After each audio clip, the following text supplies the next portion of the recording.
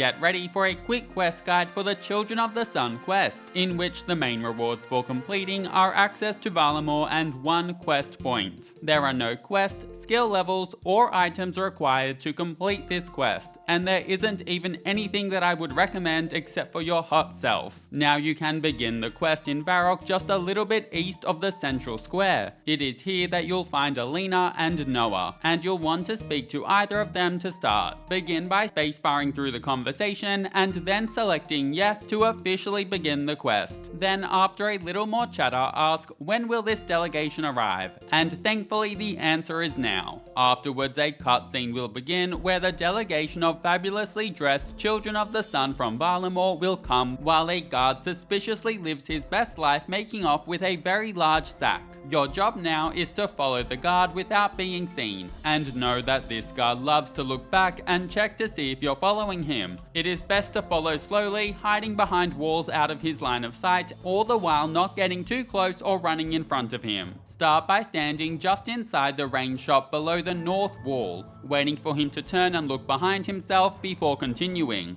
Then run out and run east and then south and stand north of the building with a cooking range, and once he has done his regular turn and turn back, go a little south and hug the southeastern wall of the same building while he does another turn. After he moves on, you'll want to continue south and hug the west side of the building below where an old man lives, and after the guard does another turn, run a little ways east and hug the southern wall of the same building. He will do one final turn, after which you'll see him wind up in a small building east of the rune shop where you'll listen in as he meets with bandits looking to strike the delegation. Next, run northwest back to Varrock Square, and to the north of the square you'll see Sergeant Tobin. Talk to the sergeant and spacebar through the chat, warning him about the bandits. You will now need to find and mark all 4 bandits who are dressed up as guards. Firstly, run a tad south and then mark the guard located next to the tent. Then run a little east and mark the female guard who's missing a helmet.